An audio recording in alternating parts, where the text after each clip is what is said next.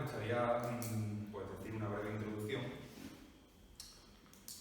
que como bien diría Dominique Bennett, existir es combatir aquello que me niega, ¿no? El siglo XXI es y será el de la lucha por la supervivencia o no de las distintas manifestaciones de las razas europeas, creadoras de civilizaciones elevadas a lo largo de la historia. Desde el siglo pasado, a la raza blanca se le ha declarado literalmente la guerra. Una guerra sin armas, silenciosa, progresivamente medida para acabar con la homogeneidad de toda nación blanca y sin que ésta pueda defenderse ante la presión social de los instrumentos del sistema, bien sean los medios de comunicación, la ley, la presión social, etc. Digamos que hablamos de un etnocidio, sería el término adecuado, pues se pretende socavar la identidad de las naciones en beneficio de un conjunto de personas que no compartan genéticamente ningún tipo de vínculo físico, psicológico, cultural ni espiritual, más que el del consumismo, el individualismo, el hedonismo y demás valores vacíos y negativos que ha ido arraigando el liberalismo en la mentalidad de los pueblos. En resumen, eso es el Plan Kalergi, ideado, como ahora comentaremos, en 1923 por Richard Coudenhove-Kalergi, cuyo plan era llenar Europa de todo tipo de razas y culturas halógenas a la misma, para que la pérdida de identificación con la comunidad sea total y la posible rebelión contra el sistema criminal que hoy en día impera pues sea prácticamente imposible por la falta de entendimiento de los miembros. A gran escala, el Plan Kalergi pues sería el nuevo orden mundial, que sería aplicar básicamente lo que acabo de comentar a escala mundial. Es por ello que tantas tendencias políticas aparentemente contrarias coinciden en una cosa que es indiscutible: el globalismo. Disolver los pueblos y las naciones en pro de este plan es indiscutible y dictatorial, el cual no ha sido sometido a votación y se ha impuesto por las buenas o por las malas. Esto es algo que no se puede discutir, esto se va a hacer sí o sí. Incluso nos encontramos con que la Unión Europea sanciona a países que se resisten a ser destrozados por este plan, como Hungría, Polonia o la República Checa, violando el respeto a la voluntad de dichos pueblos, los cuales han elegido mediante sufragio a sus líderes. Es gracioso como tanto nos hablan de la democracia, ¿no? Del sufragio, de un hombre, un voto, ¿verdad? Y cuando un país como Hungría, por ejemplo, pues decide, votando a su líder, que en este caso es Orbán, decide que no quiere ser invadido mediante la inmigración masiva y forzosa, pues parece ser que la Unión Europea pues, le propone sanciones, ¿no? Entonces estamos viendo que es un tanto discutible esta democracia. Bueno, nosotros hemos decidido oponernos pues, a la corriente actual que hay de decadencia, y hace falta combatir sin desfallecer, incluso sabiéndose de antemano sumergir. Solo este espíritu conducirá de nuevo a elevadas civilizaciones que fluyen en armonía con las leyes divinas naturales.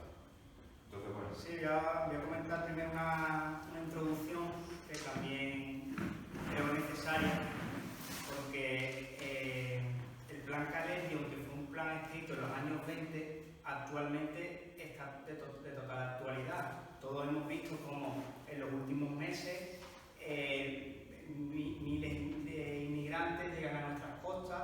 Por ejemplo, la semana pasada, en menos de 48 horas, más de 2.000 inmigrantes llegaron a las costas andaluzas.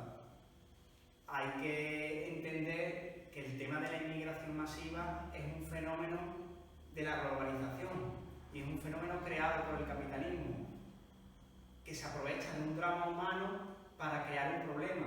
Entonces, la inmigración como drama humano hay que entenderlo, y hay que entender que el inmigrante es una víctima más de ese drama. Lo que ocurre es que los medios de comunicación al servicio del sistema, que es el que está creando el problema, siempre va a poner el foco no en el origen del problema, sino va a poner el foco en el inmigrante que viene. Y el inmigrante que viene realmente está padeciendo un drama, porque a nadie le gusta tener que abandonar su raíz, abandonar su patria y buscar un futuro incierto en un país extraño. ¿Qué ocurre?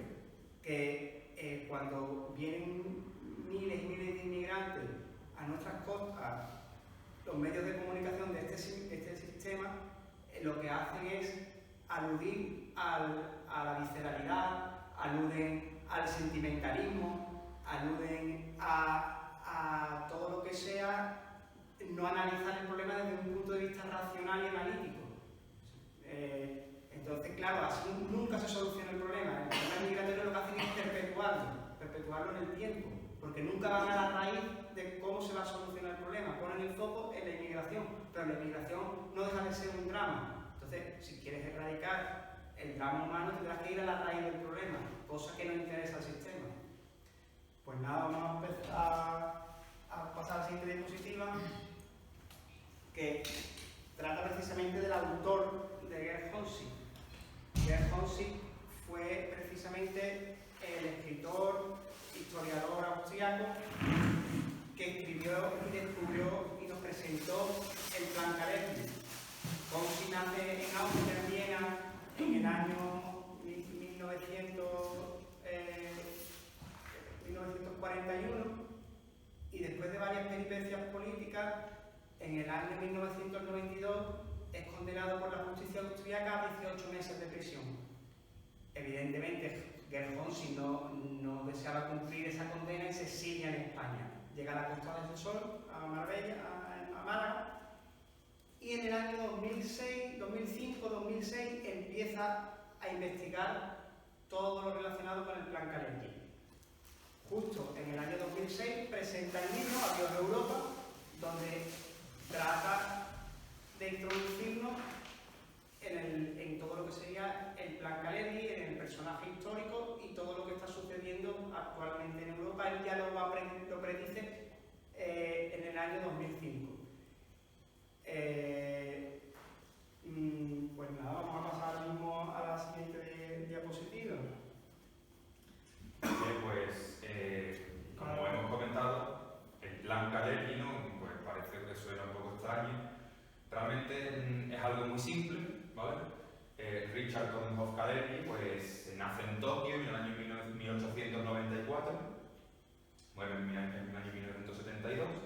Él residió entre otros países, pues, en Austria y en Estados Unidos. Y bueno, él era judío y realmente en toda su obra realizó y escribió una sucesión de libros. Entre ellos sería el de Pan-Europa, por ejemplo, y el Praktischer Idealismus, en el cual él afirma lo siguiente. Pasa lo siguiente. Dice: la raza blanca europea debe ser destruida y reemplazada por una raza de mestizos euroasiáticos, negroides, que serán fácilmente gobernados por la élite judía. El resultado es que en los mestizos se une la falta de carácter, el desenfreno, la debilidad de la voluntad y la inestabilidad, etc. Esto lo dice Richard Kalergi en su libro de 1924, Praktischer Idealismus. Entonces, esto realmente, este hombre, por eso poníamos antes la foto del símbolo de la Unión Europea, de las estrellas, este hombre es el padre de la Unión Europea, que es una institución, la institución que hoy en día en la cual se encuentra España, y precisamente en la Unión Europea parece ser que todo lo que este hombre decía se está cumpliendo. O sea, todas las naciones están obligadas, quieran o no, a acoger inmigrantes del tercer mundo, sí o sí. No hay discusión. Da igual que tú quieras conservar tu cultura, tu identidad, que esas personas que lleguen no vayan a poder tener por una educación, una sanidad adecuada. Da igual, todo parece que es un plan sistemático en referencia a lo que comentaba Kalergi.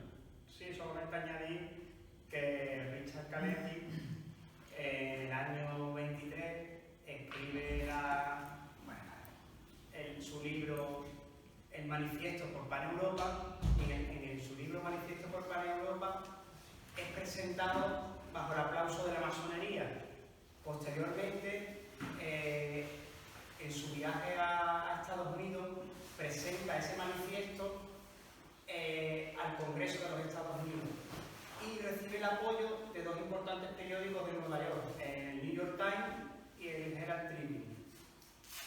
¿Qué quiere decir? Que detrás de lo que sería Pan-Europa y el manifiesto Pan-Europa y las ideas de Kalergi hay personajes con mucho poder e instituciones con mucho poder, que ahora iremos desarrollando. Pues tenemos, por ejemplo, la primera imagen, se ve a Benes, Edvard Benes. Edvard Benes fue uno de los primeros políticos que se interesó en la idea de Pan-Europa, era miembro del movimiento Pan-Europa y fue presidente de Checoslovaquia. También fue responsable del asesinato de más de 200.000 alemanes después de la Segunda Guerra Mundial, alemanes de los Sudetes. Los Sudetes era la región germánica alemana que después de la Segunda Guerra Mundial los checos se anexionaron esa parte de Alemania y expulsaron a la población germánica. De esa población, muchos no llegaron a Alemania, sino murieron por diferentes circunstancias. Pues Benes era uno de los responsables de esas muertes. Después tenemos a Robert Schuman, que era ministro del Exterior francés y fue el creador de la Comunidad Europea del Carbón y el Acero. Esta institución era una institución supranacional que se encargaba de controlar la producción del carbón y acero de diferentes países de la Unión Europea. O sea, ya los países iban perdiendo su soberanía en la producción de acero y de carbón y lo iban entregando esa soberanía a una entidad supranacional que era esa institución. Después tenemos a Konrad Adenauer, que fue miembro del movimiento Pan-Europa desde los años 20 y curiosamente fue elegido como el primer presidente de la República Federal Alemana justo después de la Segunda Guerra Mundial. El siguiente es Churchill, masón, y fue responsable de la muerte de cientos de miles de civiles alemanes durante la Segunda Guerra Mundial. Bombardeó ciudades sin ningún tipo de objetivos estratégicos. A civiles. Luego también Churchill comenzó a realizar en esa época, fue uno de los primeros que se negó que comenzó a hacer bombardeos con armamento químico en los años 20, terminada ya la Primera Guerra Mundial, en Irak, en las diferentes sublevaciones que se producían en Irak, bombardeó con gas mostaza y con fósforo hirviendo diferentes poblaciones kurdas. O sea que se puede considerar como un genocida.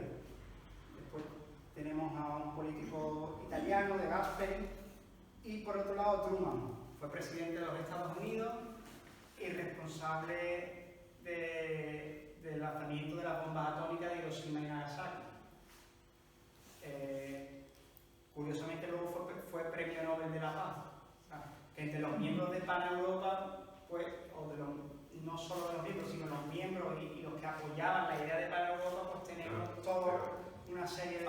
Aquí habría que matizar que esa Pan-Europa de la que ellos hablaban no era entendida como una Europa para el pueblo o para los pueblos de Europa, sino una Europa que iba a ser sometida por unas élites plutocráticas y financieras, como hemos visto hoy en día, por ejemplo, con la Unión Europea. Entonces, vamos a seguir con... También decir el tema de la financiación. En una entrevista a Kalergi, de un periódico austriaco, Kalergi reconoce y dice: a principios de 1924 nos llegó una llamada del barón Luis de Rothschild. Uno de sus amigos, Max Warburg, de Hamburgo, había leído mi libro y nos quería conocer. Con gran asombro vi que espontáneamente me ofrece 60.000 marcos de oro para subvencionar el movimiento durante los 3 primeros años. ¿Qué quiere decir? Pues que la alta finanza internacional financió el movimiento Pan-Europa y la idea de Kalergi. Lo que hablamos en anteriores conferencias de los ranchos. Entonces, bueno, aquí tenemos el mapa mundial de la pobreza. Sí. En este mapa podemos ver los diferentes países y vamos a explicar un poquito cómo está distribuida la pobreza mundial. Tenemos, por ejemplo, en colores rojo y amarillo los países donde más gente se concentra, más gente pobre o extremadamente pobre se concentra. O sea, gente que sobrevive con menos de $2 al día. Tenemos sobre todo la región del África subsahariana y de la India. Por otro lado, zonas que siguen siendo bastante pobres, pero no de una pobreza tan extrema, estaríamos hablando de Latinoamérica, el norte de África, China. Vamos a explicar un poquito en la pizarra el mapa de la pobreza mundial. ¿Por qué? Porque muchas veces los medios de comunicación del sistema nos dicen la siguiente cuestión, nos lanzan la siguiente observación. Dicen que la inmigración ayuda a combatir la pobreza mundial, cuando es todo lo contrario. La inmigración lo que ayuda precisamente es a perpetuar esa pobreza mundial. Y vamos a intentar explicarlo con la pizarra. A ver. Por ejemplo, en África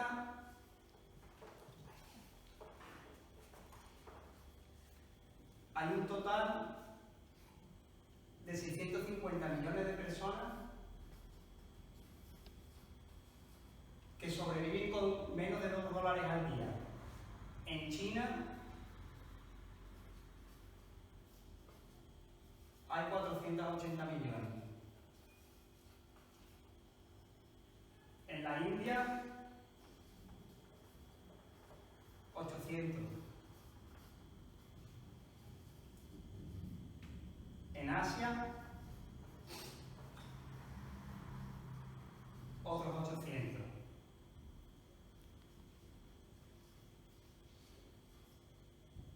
En total, hay aproximadamente en Latinoamérica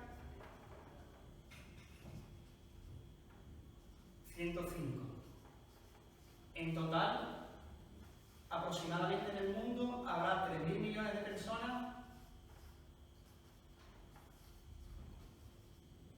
que sobreviven con menos de $2 al día. ¿Qué ocurre? Estos 3.000 millones de personas no tienen la capacidad adquisitiva para poder emigrar, porque son tan extremadamente pobres que no se pueden permitir el pagar a una mafia que los pueda trasladar a Europa, no tienen capacidad para moverse del sitio donde están, porque son con $2 al día es que no tienes capacidad prácticamente solamente para pensar en sobrevivir, nunca vas a pensar en poder emigrar. ¿Quién es realmente la población que emigra? La población que tiene dentro de esos países un poder adquisitivo un poquito más alto. Por ejemplo, según las estadísticas, estas estadísticas son del Banco Mundial, hay más de 5.800 millones de personas en todo el mundo, sobre todo están localizados en África subsahariana y Asia, la India, Asia, Latinoamérica. Hay 5.800 millones de personas en todo el mundo que tienen la renta de México, que la renta de México viene a ser entre $4 y $5 al día. O sea, sigue siendo gente muy pobre, pero no extremadamente pobre. Entonces, más o menos en este margen de estos 5.800 millones de personas son la gente que más o menos se pueden permitir o pueden pensar en poder emigrar. ¿Qué ocurre? 5.800 millones de personas, con que tan solo un 1% de esta población mundial intente llegar a Europa, ya sería prácticamente casi 50 millones de personas. O sea, estamos hablando que si solo un 1% de gente con capacidad de emigrar del tercer mundo llegara a Europa, sería más que la población de toda España. O sea, estamos viendo que es imposible, que es imposible que Europa pueda abrir las fronteras a todo el mundo, al mundo pobre, porque no tiene recursos suficientes para dar de comer ni a su propia población. Sería imposible atender las necesidades de un 1% de todo claro, el país. Aquí yo añadiría una cosa que es decir, cuando, es lo que hablábamos más o menos siempre, cuando alguien recibe una noticia de los medios de comunicación, debe de analizar qué le están contando y con qué objetivo. Porque claro, esto significa analizar la cuestión migratoria. Pero sin embargo, la propaganda del sistema no va, como él bien ha dicho antes, a la raíz de esta cuestión, sino que acude al sentimentalismo, ¿no? Te ponen una fotito de un negrito que lo está pasando muy mal en Camerún, que evidentemente uno pues tiene sentimientos y lo comprende, pero no te dicen la solución real que debería de llevar pues esta cuestión. Entonces, parece ser que si caemos en una línea analítica, como se deberían de tratar todos los problemas, y se busca una solución de raíz a todo esto, parece ser como si la propaganda del sistema te vende como una mala una persona que odia al diferente, que quiere, en definitiva, muchísimas palabras que sirven para etiquetar, porque decir esto que hoy estamos diciendo aquí es políticamente incorrecto y se escapa de la agenda de estos globalistas y de estas instituciones, de estas organizaciones que están promoviendo el caos, porque esto no tiene otra salida y otro camino que el caos absoluto. Un caos, como he dicho antes, étnico, un caos cultural y un caos económico. No, y según las estadísticas, por ejemplo, nada más estadísticas de pobreza en España, hay 13 millones de españoles en riesgo de pobreza. Esto ya salió en el periódico que 1 de cada 5 universitarios está en riesgo de exclusión social y que el 60% de las familias españolas llegan a lo justo a fin de mes, o sea, no tienen capacidad para poder ahorrar o capacidad para afrontar algún imprevisto. O sea, estamos hablando de que si el propio Estado español, el sistema productivo español, no es capaz de dar trabajo ni de dar una vida digna a sus propios ciudadanos, no podemos esperar que pueda satisfacer las necesidades de más de 5.800 millones de personas que tienen la capacidad o tienen la idea de poder emigrar. Y tenemos teniendo en cuenta que solo un 1% representaría prácticamente la población de España. Es una política que no es realista y evidentemente no ofrece ningún tipo de Curiosamente, el foco mediático va al 1%, vamos a suponer que sea el 1%, porque incluso será mucho menor el porcentaje de población pobre que emigra a Europa, puede que sea un 0,05%, pues el foco mediático está en el 0,05% de estos 5.800 millones, pero se olvida del resto de estos 5.800 millones y el resto de estos 3.000 millones que son africanos que nunca podrán emigrar, que lo pasan mal y el foco mediático está puesto aquí, pero a los medios del sistema le da igual esos 3.000 millones de africanos que sobreviven con $2 al día o estos restos de población mundial que sobreviven entre 4 y 5 dólares al día. Siempre suelen acusar de discriminación, pero realmente... Ellos están discriminando al resto de africanos, al resto de pobres que nunca van a tener la capacidad de poder emigrar. ¿Qué pasa? ¿Que es mejor el pobre que emigra o que tiene esa capacidad de poder emigrar cuando realmente el que tiene esa capacidad de emigrar es porque suelen ser la gente más fuerte, la gente más emprendedora, la gente con más recursos, la gente que tiene capacidad de ahorro y que han podido llegar a Europa, sobre todo la gente más joven que debería estar levantando esos países? Es un problema que no se quiere solucionar y que por este camino va a seguir así. Lo que hace es empobrecerlo porque lo que hace es sustraer de esas economías a la gente más válida.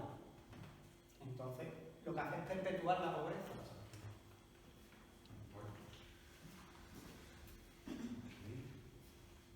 Siguiente diapositiva. Hemos escogido pues, unos cuantos, en la siguiente diapositiva, unos cuantos recortes de prensa, ¿vale? De periódicos nacionales, como puede ser El País, que afirman que el futuro de las pensiones exige millones de nuevos inmigrantes. O sea, yo creo que no sé si hace falta comentar que esto es un absurdo. Aquí dice lo mismo, ¿no? Las recetas del Fondo Monetario Internacional para las pensiones, más inmigrantes y más ahorro privado. Estamos hablando de gente que viene sin ningún tipo de preparación, sin estudios, sin entender el idioma en muchos casos, ¿no? ¿Y en qué favorece realmente al capitalismo esta noticia, ¿no? De que tienen que venir millones de inmigrantes? Realmente favorece la especulación salarial. Imaginaos que ustedes están en un trabajo, ¿no? Están cobrando, pues, no sé, 6 euros la hora, vamos a poner, o 7, que por desgracia 7 euros la hora hoy en día está bastante bien. Pues viene a lo mejor un negrito que no tiene culpa de nada, evidentemente, y viene y quiere trabajar, ¿no? Porque quiere darle de comer a su hijo, o a su mujer, o lo que sea. ¿Qué hace a lo mejor el capitalismo qué caso puede darse, ¿no? Pues que el empresario diga, vale, yo contrato a este hombre y le voy a pagar 4 euros la hora porque seguro que no se va a quejar. ¿Qué hace el autóctono? O se rebaja el sueldo a eso o va a la calle. Entonces, realmente es un arma del capitalismo, un arma económica, ¿no? La inmigración económica, como se suele conocer, esta cuestión. No es nada humanitario ni solidario, sino nada más que una estrategia para especular con los salarios.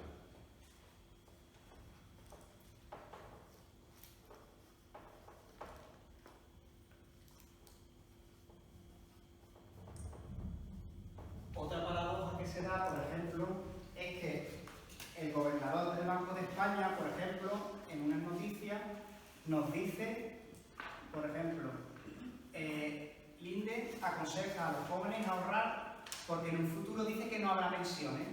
El mismo gobernador del Banco de España nos está advirtiendo que en un futuro no habrá pensiones públicas, entonces que nos hagamos planes de pensiones privadas. Pero por otro lado, los mismos medios de comunicación nos dicen que España, para poder mantener las pensiones, tiene que meter a millones de inmigrantes en el país, cuando sabemos perfectamente que si el gobernador del Banco de España ya ha hecho una predicción diciéndonos que en un futuro el poder adquisitivo de los españoles va a ser muy bajo y con las pensiones públicas no nos va a dar para sobrevivir, ¿cómo nos estáis pidiendo que abramos las puertas y que metamos en Europa y en España millones de inmigrantes, como el otro día decía el Fondo Monetario Internacional, que es una de estas instituciones supranacionales que se encargan de endeudar a los países?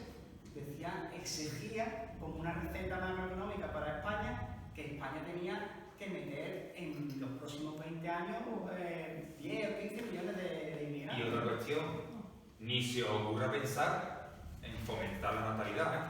Niños blancos no se pueden tener. De hecho, se dice que para que una generación tenga una sustitución más o menos asegurada en las posteriores generaciones, se deben tener pues en torno a 2, algo hijos por pareja. Y creo que en España, de esto no estoy muy seguro, creo que está en 1,4, ¿vale? Y podemos ver como muchos inmigrantes vienen pues con 3, 4 hijos porque allí pues a lo mejor pues, por su cultura, por su forma de vida, pues tienen hijos más fácilmente. Y esto que es lo que va a llegar a conllevar pues una suplantación, que es como hemos titulado hoy a la conferencia, una sustitución étnica. Y lo peor de ese dato es que en las regiones africanas donde hemos visto que la gente sobrevive con menos de $2 al día, la tasa de natalidad puede ser hasta de 6, 7, 8 hijos. Entonces las poblaciones pobres van creciendo 4, 5, 6 veces más que las poblaciones europeas, por ejemplo, occidentales. O sea que la pobreza allí nunca se va a extinguir porque cada vez son más. Entonces, realmente la única solución es tratar el problema en el origen. El origen es tratar el problema en África. Ahora voy a aportar unos datos que es del Instituto Nacional de Estadística. Del año 2004 al año 2017. El estudio nos cuenta la población inmigrante y los inmigrantes que cotizan a la Seguridad Social, porque evidentemente se dicen que los inmigrantes vienen a pagarnos las pensiones porque estarán cotizando. Según el Instituto Nacional de Estadística, en el año 2004 en España había 1.776.953 inmigrantes legales. O sea, aparte habrá que sumarle los ilegales. Hoy en día los ilegales son ya más de 1 millón. O sea, que no están cuantificados. De este 1.776.953 cotizaban 1.075.837. Pero hay que descontar que 250.000 eran extranjeros pero pertenecientes a la Unión Europea, es decir, eran alemanes, franceses, ingleses que contaban como extranjeros y que social. O sea que a esta columna habría que restar 250.000. Entonces la estadística decía que solo 1 de cada 4 inmigrantes cotizaba a la Seguridad Social en el año 2004. Ahora pasamos al año 2017. La población inmigrante legal, o sea que está regularizada, es de 4.719.418. Fijarse, del año 2004 al 2017, cómo ha crecido exponencialmente la inmigración. Y esto cada vez va más, o sea, cada día están entrando Pero por las mafias del Mediterráneo. Lo curioso que de 4.719.418 solo cotiza 1.861.000 personas. Y estos son datos registrados antes de que nos cuelguen y nos tiren piedra y nos digan que somos malas personas. Estos son datos que están registrados. Y habría que restar evidentemente los inmigrantes que son de los países comunitarios. ¿Qué ocurre? Según las estadísticas, el 30% de la población inmigrante en edad de trabajar está en paro. ¿De qué vive el resto? Pues el resto vivirá de subvenciones, ayudas o de la economía sumergida. Y a esto hay que sumarle 1 millón de inmigrantes ilegales que evidentemente no están cotizando, pero sí viven de la economía sumergida. Por lo tanto, la Seguridad Social deja de ingresar dinero. Nuestro querido Pedro Sánchez es tan inteligente que hace poco decidió dar sanidad gratuita. Eso le va a costar a todos los españoles 1.100 millones de euros al año. Él da sanidad gratuita, universal para todo el mundo, pero solo lo pagan los españoles. O sea que yo creo que está todo dicho. 1.100 millones de euros al año. Entonces, como podéis observar, es imposible que los inmigrantes vengan a pagarnos las pensiones, puesto lo que están provocando es un gran boquete en las arcas públicas. Y ahí están las estadísticas.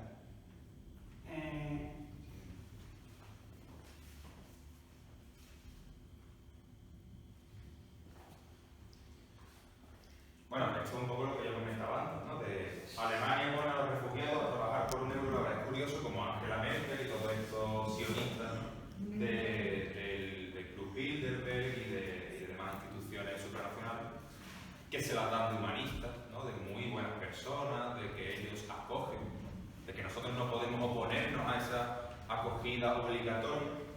Pues luego ves como hay noticias como que hay refugiados trabajando por €1 la hora, lo que viene siendo una explotación y un acto de total pues, de humillación, porque el trabajo por €1 la hora pues, no tiene otro nombre. Sí, ahí lo que se ve es el presidente de la patronal alemana, Ulrich Grillo, con Angela Merkel, y cuando fue toda la crisis de Siria y empezaron a entrar los refugiados que eran acogidos en Alemania, el presidente de la patronal alemana dijo que Alemania necesitaba esa mano de obra, que Alemania necesitaba esa población inmigrante. ¿Por qué?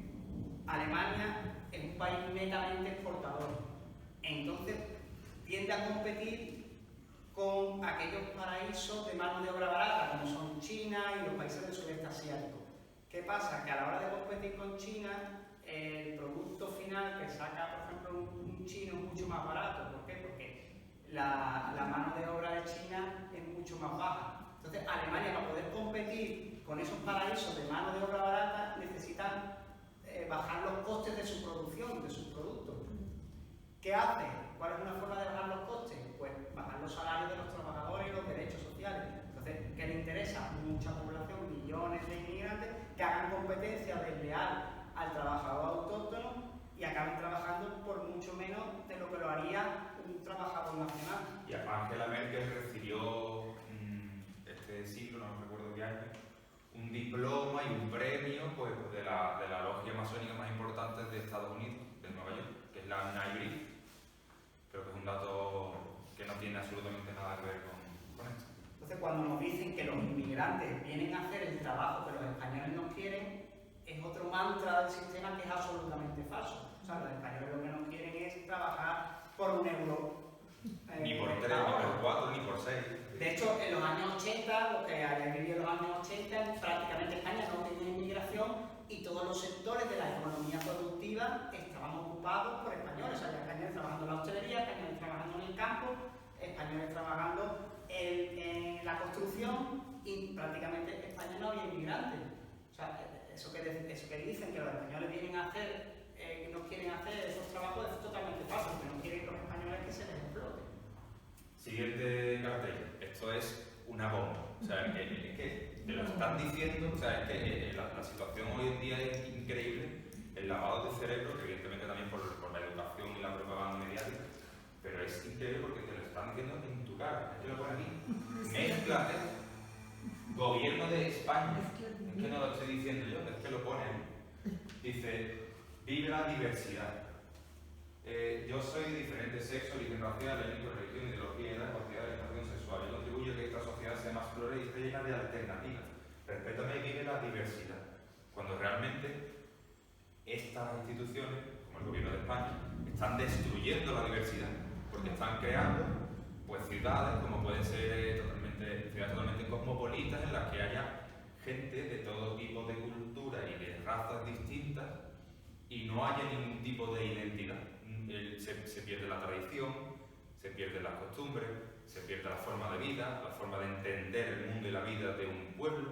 Todo eso se pierde mediante este plan, que bueno, esto es el plan Kalergi. Es que lo que comentábamos antes, que muchos a lo mejor dirían, no, es que el plan Kalergi es una conspiración, eso no me lo creo, es algo que se han inventado para justificar la xenofobia, ¿no? Como suelen decir. Gobierno de España, que esto es un cartel que lo podéis poner en internet del Gobierno de España. No tiene más historia, ahí lo ponen. No, sí, también comentar que, por ejemplo, los flujos migratorios han existido durante todas las épocas. Siempre ha habido pueblos que se han mezclado y ha habido un mestizaje de forma natural y espontánea.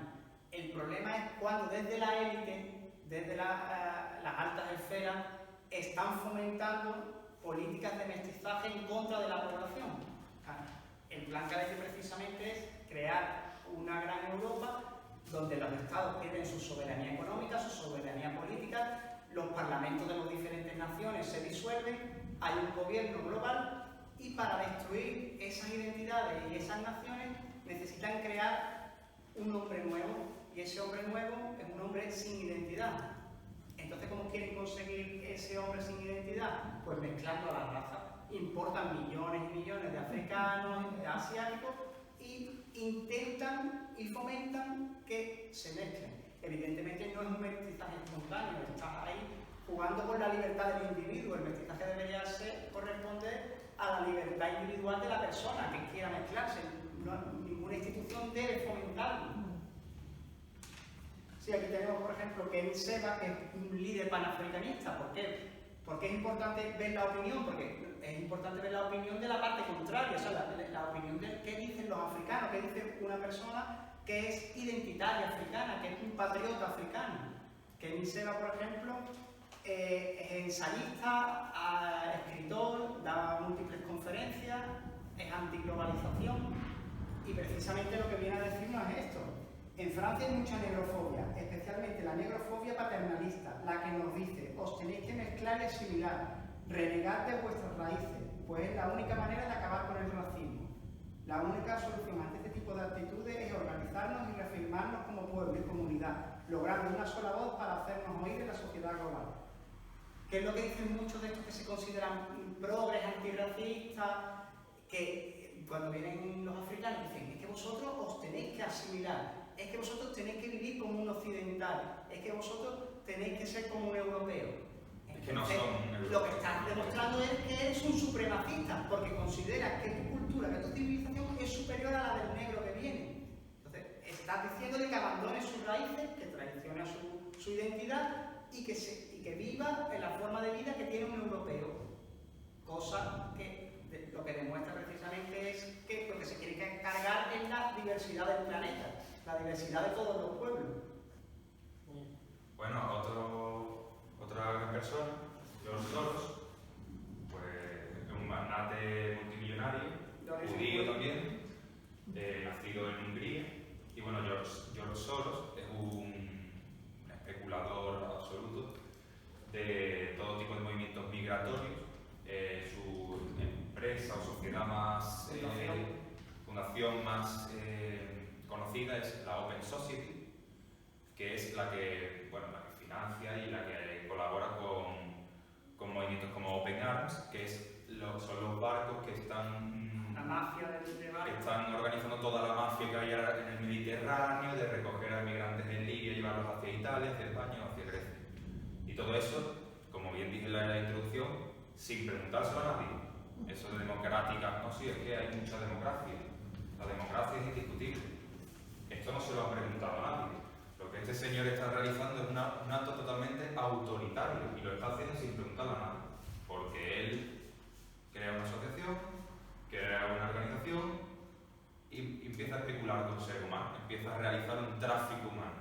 Sí, para él el mundo es como un laboratorio de experimentación sociológica. Él tiene mucho dinero, es de las 20 fortunas más grandes del mundo y con su fundación lo que hace es financiar movimientos subversivos en Europa. Movimientos feministas, movimientos del lobby LGTBI, movimientos, por ejemplo, movimientos antirracistas, movimientos proinmigracionistas. Incluso financió hace poco movimientos que querían la separación de España, de Cataluña de España, movimientos independentistas. ¿Cómo se llama? A3 Media, que es la sexta de Antena 3, parece que está financiada por este señor. Y bueno, este es uno de tantos que financian todo aquello que nos está destruyendo, que va a hacernos desaparecer como sigamos por este camino. Pero no solo él, no hay otros muchos que se encargan de ello. En Suecia, por ejemplo, el caso de Bárbara Spectre, que lleva, bueno, la cuestión de Suecia, allí hay en Estocolmo y en Malmö hay muchas zonas en las propias ciudades, zonas no-go, zonas para no ir, ¿no? Como la llaman. Que son guetos ya, son guetos, que ya no hay suecos y aquello es, pues, delincuencia, persecuciones, todo tipo de, bueno, violaciones a las propias suecas. Todo eso está pasando por el choque de cultura y de forma de entender el mundo que están promoviendo los globalistas y los grandes financieros como este señor. Y hay un dato, por ejemplo, de una entrevista que le hacen al hijo de Soros en el New York Times y precisamente en la entrevista ya él ni siquiera se esconde, ya lo dice abiertamente. Alex, que es el hijo de Soros, me dijo durante muchos años su padre no había estado ansioso por publicitar su judaísmo porque era algo por lo que casi le mataron, pero siempre había identificado en primer lugar, se había identificado a sí mismo en primer lugar como judío, y su filantropía fue en última instancia una expresión de su identidad judía, en la que sentía una solidaridad con otros grupos minoritarios y también porque reconocía que un judío solo podía estar verdaderamente seguro en un mundo en el que todas las minorías estaban protegidas. A lo que fomenta la inmigración masiva y el financiar siempre las minorías. Como vemos, la Open Society, ¿a quién financia? La minoría inmigrante, las minorías de feministas, la minoría del lobby LGTBI. ¿Para qué? Para ellos poder sentirse a gusto en una sociedad donde son minorías. Es curioso como estos lobbies solo están financiados en Europa y sobre todo los países países blancos, ¿no? Yo no he visto que en Turquía o en Arabia Saudí se financie el movimiento por la liberación de la mujer o el LGTBI. No lo veo, ni yo creo que lo vaya a ver. Ni que en Nigeria pues esta gente digan sí, hay que financiar al lobby antirracista. O que en Sudáfrica, porque en Sudáfrica está habiendo una oleada brutal desde hace muchos años de agresiones y de persecuciones de los autóctonos africanos, subsaharianos, a los europeos anglosajones a los boers que allí residen, y hay muchísimos pues, asesinatos, persecuciones, y la prensa no sabe la prensa, no financia un por el lado. Tú dices que hay que defender a todas las minorías, por la minoría europea que hay en el sur de África, no se le ayuda, se le silencia como si no estuviera pasando. Aquí es esta foto que hemos, bueno, la foto de antes venía a explicar todo eso. Vuestra diversidad, que un país por lo que se pretende con el nuevo orden mundial no es plan Calergi, y sin embargo vemos pues, los judíos en Israel probablemente o en Nueva York, pues todos siguiendo el mismo patrón, las mismas normas, las mismas reglas. Entonces, ellos son expertos en hacerle a los roles de malo que a ellos mismos pues no permitirían jamás que se les hiciera. Unas cuantas noticias más, vamos a ir ya acabando en poco tiempo. Bueno, esto es lo que yo he comentado antes. Israel queda consagrado legalmente como un Estado para los judíos y consolida la discriminación de los árabes. O sea, Israel, creo que soy este año, ¿verdad? Este año el Parlamento Es un Estado-nación. Es decir, Israel puede, porque ellos así lo han decidido, tener leyes raciales. Que si yo quiero mañana ir a Israel y ser israelí, pues no lo voy a hacer porque no tengo una procedencia judía.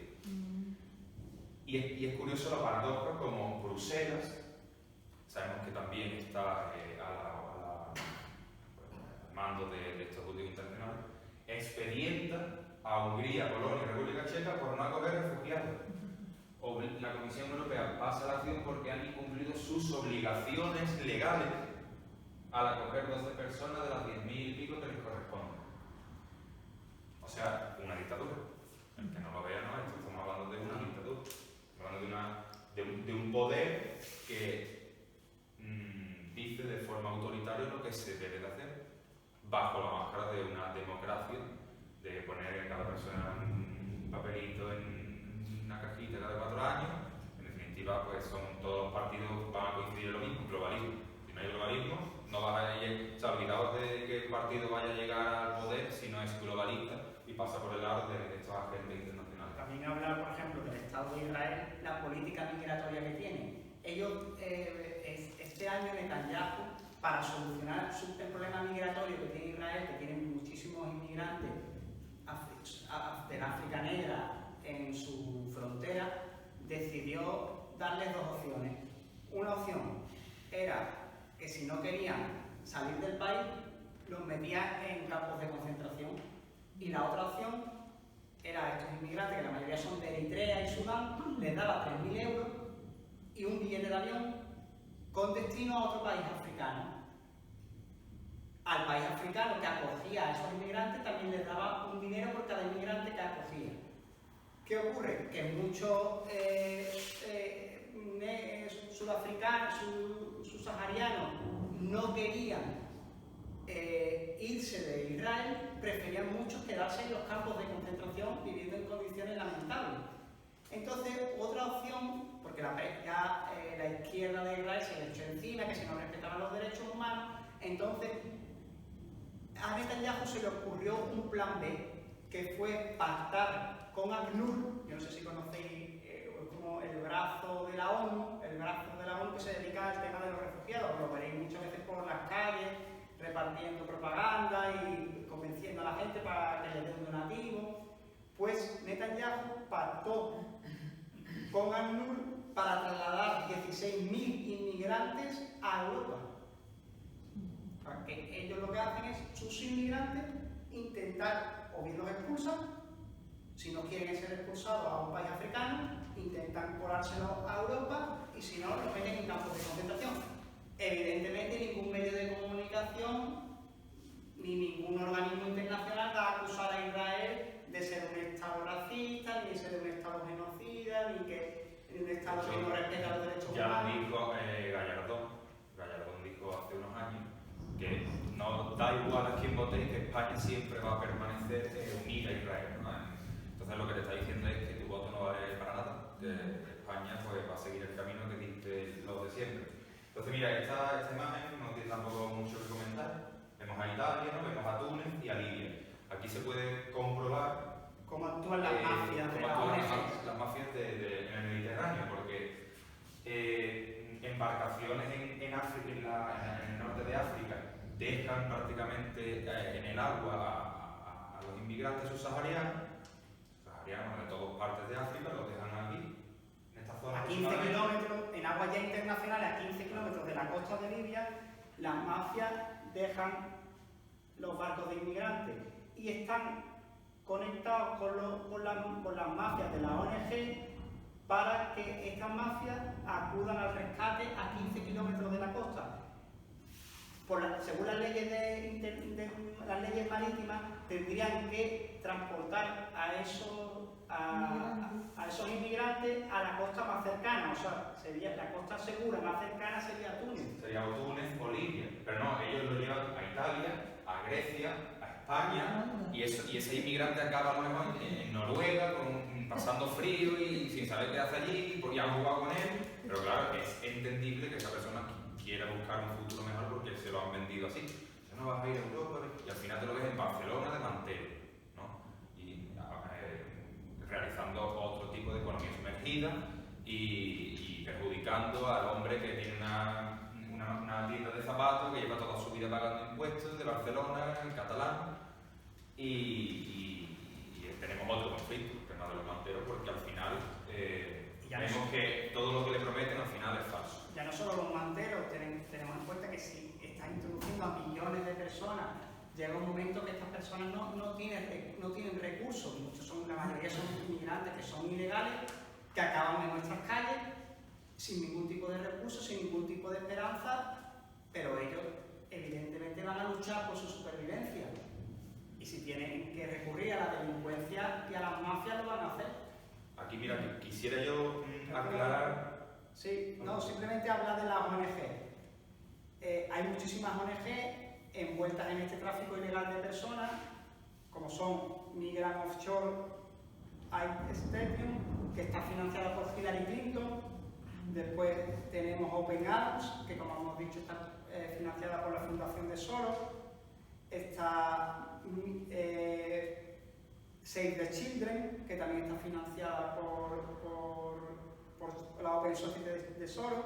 Médicos Sin Fronteras, SOS Mediterráneo, que por ejemplo SOS Mediterráneo era la ONG que tenía como buque estrella el Aquarius, el barco que iba recogiendo los inmigrantes en las costas de Libia y se los traía para España. Primeramente los llevaba a Italia, Italia cerró sus puertos y Pedro Sánchez abrió los puertos de España para que el Aquarius trajera inmigrantes. Entonces, vemos ahí como la mafia de las ONG están directamente conectadas y relacionadas con la mafia del tráfico de inmigrantes. Bueno, antes de terminar, que vamos a poner tres imágenes ahora que voy a poner yo muy significativas, quiero aclarar pues algunos, bueno, es que el sistema, ¿no? para proteger todas estas políticas, que la verdad que son bastante autoritarias y bastante problemáticas, todo lo que van a causar, pues a través de sus medios de comunicación y de las universidades, de la educación y tal, pues establece, pues introduce en el cerebro de la gente unos cuantos argumentos para que se defienda, que es curioso como el europeo que va a ser totalmente disuelto, ¿no? Es el mismo europeo que tiene el cerebro tan lavado que defiende, hasta con su vida si fuera necesario, que esto se cumpla, porque le han metido en mente cuestiones como que todos somos iguales. Todos somos iguales. Es decir, el denominado antirracista, si miramos la palabra desde el punto de vista etimológico, significa anti-raza. O sea, él mismo es el que odia que haya diferencias. Él mismo es el que odia las razas. Antirracista. Está definiéndose como una persona que se opone a que haya diversidad de naciones, diversidad de pueblos, diversidad de razas, y eso es lo que verdaderamente enriquece al planeta. Que yo vaya a la India y vea una cultura, una forma de vida, una espiritualidad, o que yo vaya a China y me vea, mira, pues construye los edificios de esta forma, pues comen esto, o vaya a Bélgica y diga, mira, pues veo belgas por la calle, no veo gente de Pakistán, porque si yo quiero ver pakistaní, pues me iré a Pakistán. Entonces, esa es un poco la riqueza que tiene el mundo, que el globalismo quiere decir. La riqueza de la humanidad en sí, la diversidad de los pueblos. Por tanto, no somos iguales, y eso es un motivo de celebración, no de lo contrario. Bueno, aquí la última cuestión que voy a analizar. Evidentemente Pedro y yo somos ya muy malas personas. Por todo esto que hemos dicho aquí, somos malísimos. No queremos pegarle a la gente por la calle, queremos, vamos a hacer un genocidio sistemático contra todo el mundo inmigrante, y somos malísimas personas porque así lo dice la propaganda. Porque si tú no aceptas esto, si tú no aceptas disolverte, como vamos a ver ahora en la imagen, un ejemplo un poco significativo, pues eres una mala persona porque no te juzgan desde el punto de vista racional. Es decir, tú puedes tener razón o no. Yo te hablo, yo tengo una conversación contigo y el sistema no te dice, o todos los que tienen la opinión del sistema, no te dicen, no, usted no tiene razón, no estoy de acuerdo con usted. No te dicen, usted es una mala persona. Y se van a lo moral. Yo soy una mala persona porque tengo pensamiento analítico y cuando veo una noticia analizo, digo, ¿por qué me están diciendo esto? ¿Con qué objetivo? ¿Y cuál es el trasfondo que en esta época que nos ha tocado vivir, pues casi siempre es bastante negativo? Entonces, hemos desmontado creo que todos los argumentos del sistema. Vuelvo a repetir que la diversidad, lo vuelvo a repetir porque es que parece ser que aunque se repita no se hace caso y nos van a seguir, bueno, aquí en el local o donde sea, siempre tendremos problemas pues, por decir verdad. Entonces, bueno, aquí hay unas imágenes. Pasamos al anterior. Aquí vemos la selección inglesa de fútbol, es una muestra que hemos cogido del pueblo británico. La selección inglesa en 1966, ¿qué vemos? Pues bueno, vemos jugadores pues, de raza blanca, del tronco racial blanco, y bueno, la mayoría de ellos, ¿no? de una subraza nórdica roja, nórdica blanca, anglosajona, bueno, como se refiere a llamar. Estamos hablando de 1966, que es cuando ganó el Mundial en Inglaterra.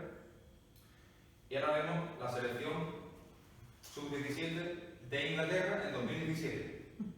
Esta chavala tiene 17 años, esta es la que es el mismo país. ¿Qué ha pasado?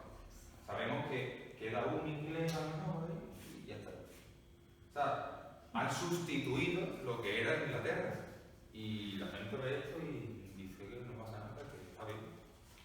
Claro, porque una de las artimañas del sistema es ¿cómo se llama? El síndrome de la rana en la cacerola, ¿no? Que va muy progresivamente subiendo la temperatura, para que tú no te des cuenta y no haya una reacción. No hay una reacción que diga, no, esto no lo queremos. Muy progresivamente, gotita a gotita. Cuando te das cuenta, te han disuelto. Y ya vamos a terminar con las últimas dos imágenes. Selección francesa en 1986, que ya no hace tanto tiempo, hace 30 años, ¿no? 30, 40 años. Vemos un país, pues, bueno, unos jugadores, una plantilla, ¿no? Esta es una plantilla. Todo más o menos, pues, eso de un tronco racial europeo, ¿no? Mediterráneo, algunos con algún componente nórdico, demás, todos de raza europea, ¿no? Y ahora vamos a ver la selección francesa en el año 2018. Queda Lloris, ¿cómo se llama? Giroud y Griezmann. En fin. No, es que yo creo que dicen que una imagen vale más que 1000 palabras. Y esto es lo que está pasando. En Francia, en Inglaterra, en Holanda, Bélgica, Suecia, está más avanzado. No sé cómo estará la situación en los países como Austria, por ahí. Pero bueno, en Italia y en España están empezando con esto cada día aquí en el sur, por Chiclana, por Cádiz y tal, por la línea cada día llegan 500 y aquí no se le pregunta a nadie y no se sabe dónde van esa gente, no se sabe si van a cotizar, si van a trabajar, si van a tener seguridad social, si no, si los van a explotar los empresarios, no se sabe nada. Lo único que tiene que hacer es abrir las manos y que vengan todos. Pues esto será el suicidio de Europa. Y yo desde nuestro punto de vista, espero que haya quedado todo más o menos claro. Llamamos a todo el mundo a tener pensamiento analítico, que no se crean lo que la propaganda del sistema les vende. Llamamos a la rebelión contra este plan criminal que pretende destruirnos, disolvernos como raza, como pueblo, y que mucha fuerza a todos porque es un camino duro el que nos espera. Tenemos todo en contra, no tenemos nada que ganar. Y como yo he puesto aquí, mi